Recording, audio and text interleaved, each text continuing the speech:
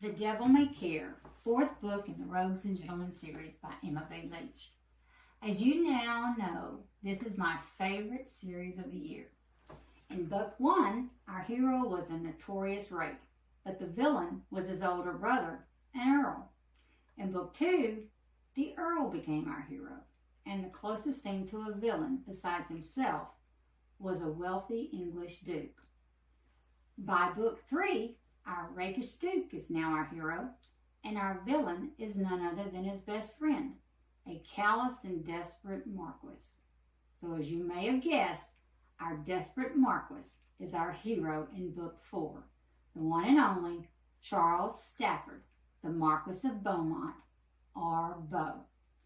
If you recall, we left Beau fleeing to France after becoming heavily indebted to some ruthless men who would take their payment in blood and bone if nothing else was forthcoming.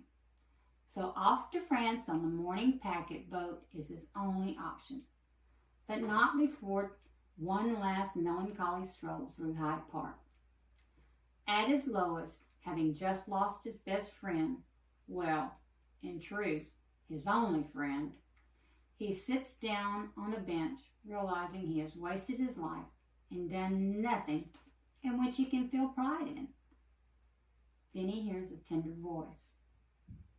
"Hello," sounding tight with anxiety. "I'm sorry, my lord. I hope I'm not disturbing you."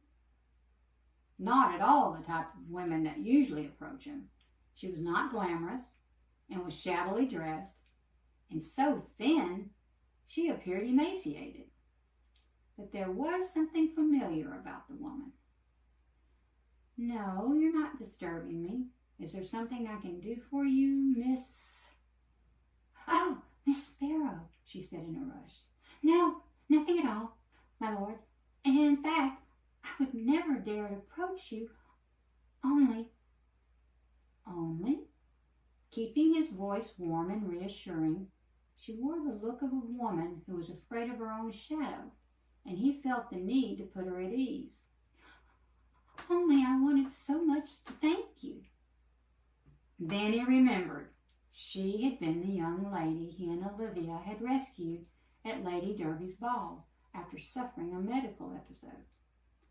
They chatted about the incident, and before long, Beau realized he had a champion in the pitiful mist and asked her to join him. Someone who didn't despise him might possibly drive away a bit of the loneliness he was feeling.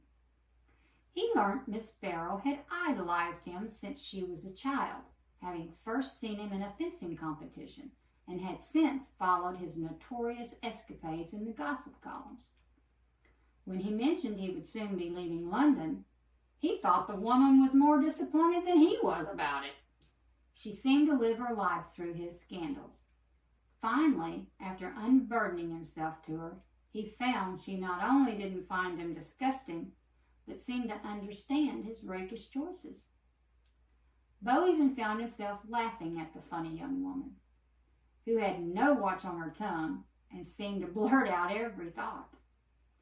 Before their visit was concluded, she had given him an address where he could write to her, and she would return the correspondence. He would continue to shock her with his scandalous antics, and she would keep him abreast of the London gossip. Of course, one never knows when fate might step in and change one's circumstances, like a nasty fall from a horse. When the Duke's man of business comes knocking at Beau's door in Paris and greets him with a "Your Grace," Beau's banishment to the continent is abruptly brought to a close.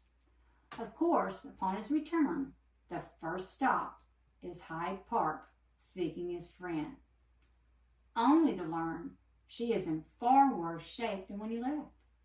She is being abused by a ruthless cousin, and she's on the verge of having to accompany them to the country, where her abuse will surely continue.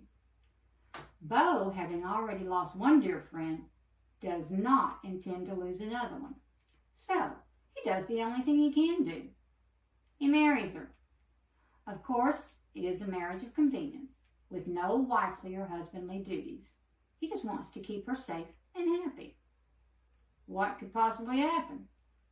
Now that he is no longer penniless, he decks her out in the latest fashion befitting a proper duchess. His housekeeper fattens her up, etc., etc., etc. Having agreed to his terms, she must never let him know she has loved him since even before meeting him, and that means keeping her emotions at a distance. But when he decides to change the rules, he fails to discuss it with Millie. I like this story. We learn the depth of pain felt by both our hero and our heroine. But several instances arise when you just want to literally shake their teeth out. Both treading into the emotional waters they neither know how to deal with, and they begin to believe they might be losing their minds. I rate the story an A, due to the angst and frustrations of wanting to constantly shake them. And it's a very hot 3, as usual, from Ms. Leech. And we get a small glimpse of our next hero. Only a one-liner, in fact. But he's already known to us, and I can't wait to bring you his story. Until then, enjoy the ever-surprising Marquis of Beaumont, or rather, the new Duke of Ware.